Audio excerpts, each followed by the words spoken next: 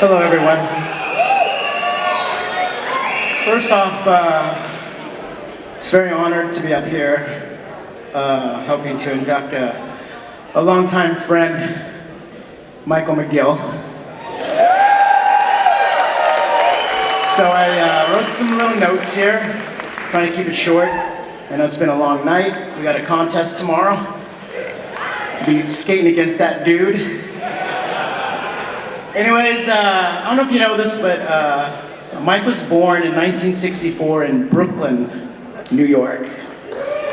The youngest of three, John and Terry, and then Mike. 1975, at age 10, he moved to Florida, and then he started his skateboarding career. It wasn't until around 1978 I picked up an issue of Skateboarder, and I looked into the centerfold, and there was this guy doing this trick that I didn't even know how he got into that position. It was Mike McGill, and it was a layback air at Marina del Rey. And little did I know that we would be teammates in 1979 when Stacy Peralta both sponsored myself and Mike McGill, and that's when our friendship first started. He also introduced me to tracker trucks, and so in 1979, so all you guys who were bummed that I wasn't riding Indies, you can thank Mike McGill for that. In 1980, we both turned pro, and it took about a year for us to get a pro model because Stacy wanted both of us to stay amateur for a whole year. You know, back then, you know, he wanted people to know who Mike and I were, and so, you know, we just kept entering contests, and we were both competing and getting photos and meeting all these photographers at all these skate parks. And it wasn't until 1981 when Mike McGill released his first pro model, and that was the plane fighter, you guys all know, for Powell Peralta. Great board. Then 1981, we both traveled, did a lot of traveling with Mike to the United Kingdom and Scotland for our first time, which was pretty amazing.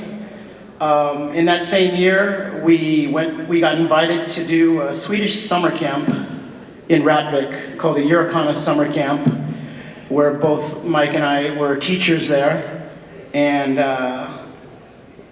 it was the starting of skateboard summer camps, so it was really cool to experience that and be the first to be a part of the whole expanding and learning that other countries, not only in the US, were super excited about skateboarding. 1982, Mike gets invited to be in a movie in Spain called Escape from El Diablo. It was a little B movie, and while he was there, one of the producers asked him if he knew a little short Mexican guy that could skateboard. Guess who got the part? One phone call later, the next day I'm traveling to Spain all by myself to meet Mike. We stayed there for a whole month. We tried to learn how to surf. We think we worked for like 2 weeks out of the whole month. It was a vacation, paid vacation. 1983, Stacy Peralta starts making videos. Bones Brigade video show, Future Primitive, and then of course, Animal Chin. So in between skating contests and making videos, Mike McGill decides to go back to Sweden. Goes back with Lance Mountain and Roddy Mullen. And what does he do? He throws a whole wrench in our skateboard competition program and invents the McTwist.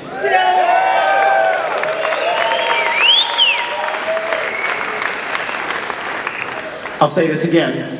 He invented the McTwist.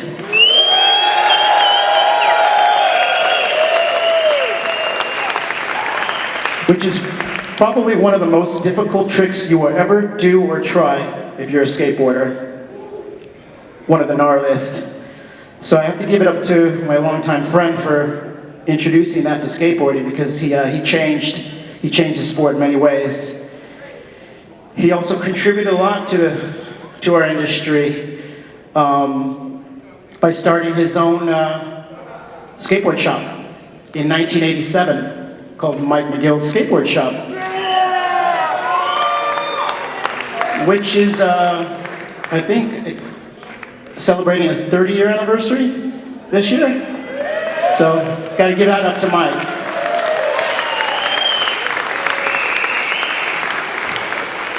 But from the success of Animal Chin and Mike's great acting skills, we also got invited to be in Police Academy 4 and also Gleaming the Cube, which ended up having Mike join the SAG, which is the Screen Actors Guild. And back in the early 80s, he stunt doubled for Josh Brolin, Christian Slater, and until recently, Mark Wahlberg and Bruce Willis.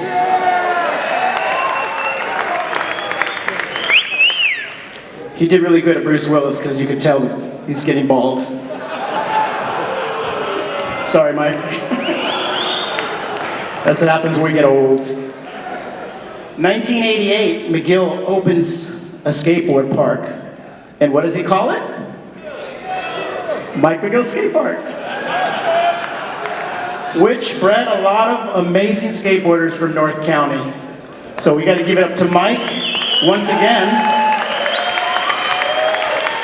for helping produce a lot of awesome skateboarders that still today are amazing skateboarders and have contributed many things to our sport industry.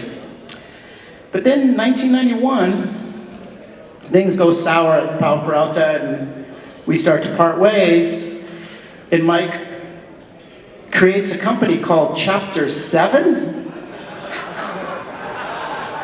which eventually went bankrupt. I don't know, maybe it was the name, I don't know. But not only Mike being an incredible skateboarder, he was also a fierce competitor, and still is.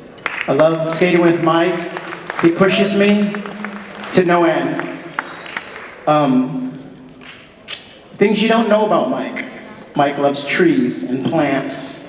And when I first moved to Carlsbad, came over to my house and started naming everything that was in my backyard. I had no idea. Oh, that's a nice palm tree. It's a palm tree, whatever. A nice tree. And so it's really cool.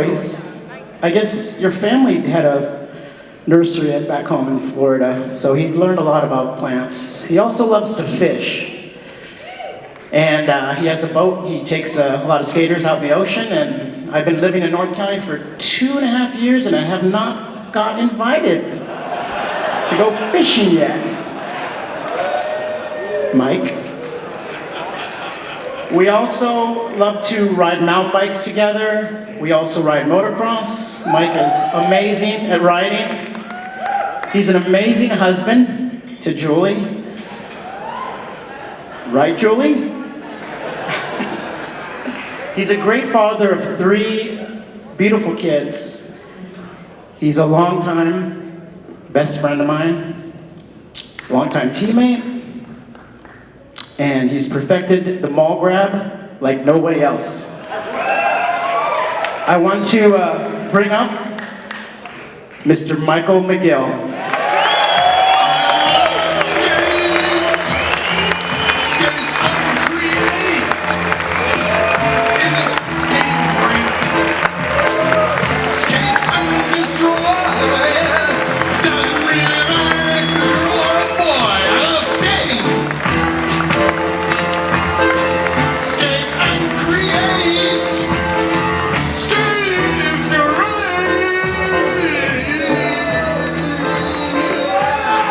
McGill.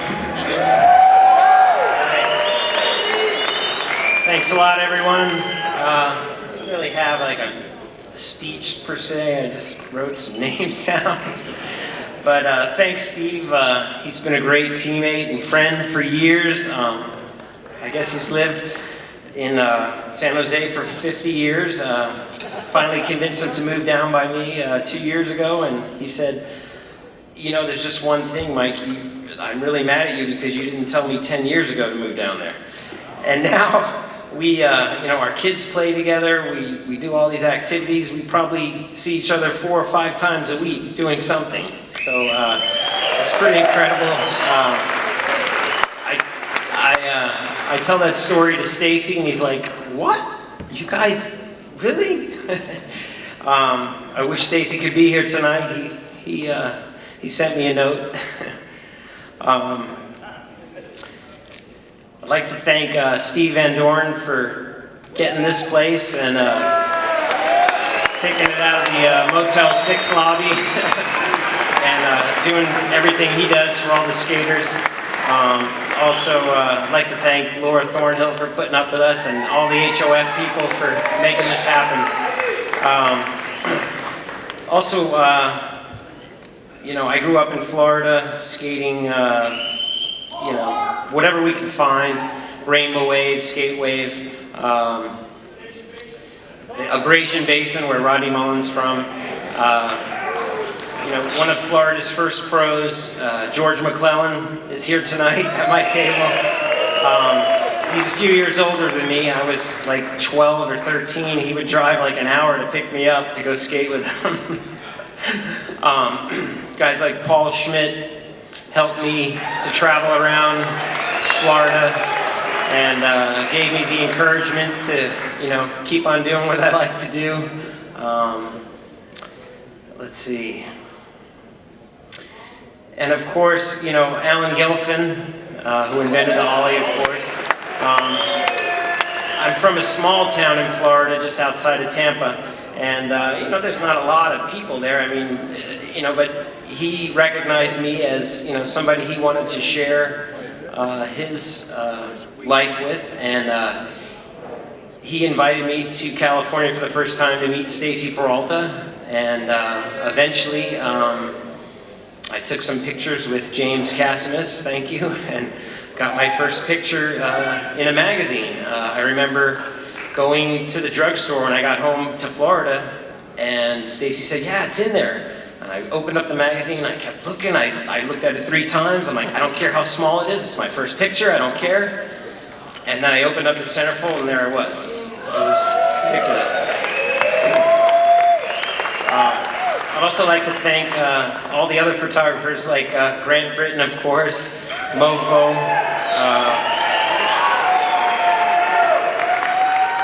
Jim Goodrich, of course, took all those photos of the crazy Pepsi thing there in Venezuela.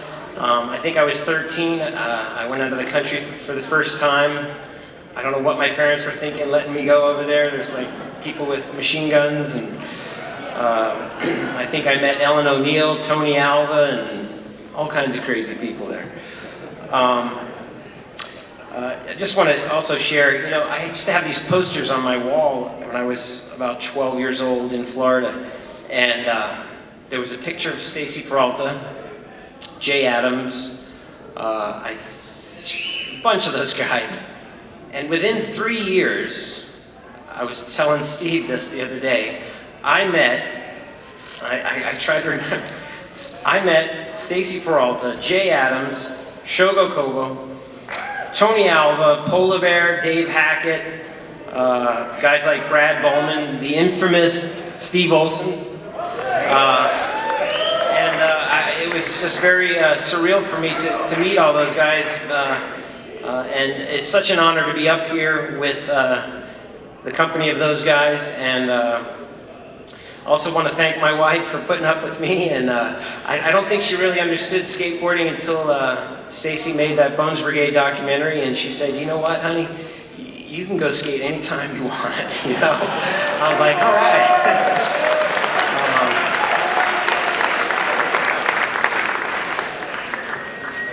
And also, you know, I saw Eric Dressen a few months ago at the El Gato Classic, which all you guys should go to that. and he was skating in the pool, just ripping, you know, and I said, you know, I'm gonna say something to him. I was like, hey, Eric, you know, I used to want to be you, man. I wanted to be your neighbor. And he's like, why? What are you talking about? And I said, you skated with Tony Alva, he lived down the block or something. Like, I wanted to be you, man. You skated with all those Dogtown boys. Anyway, thank you guys for everything, and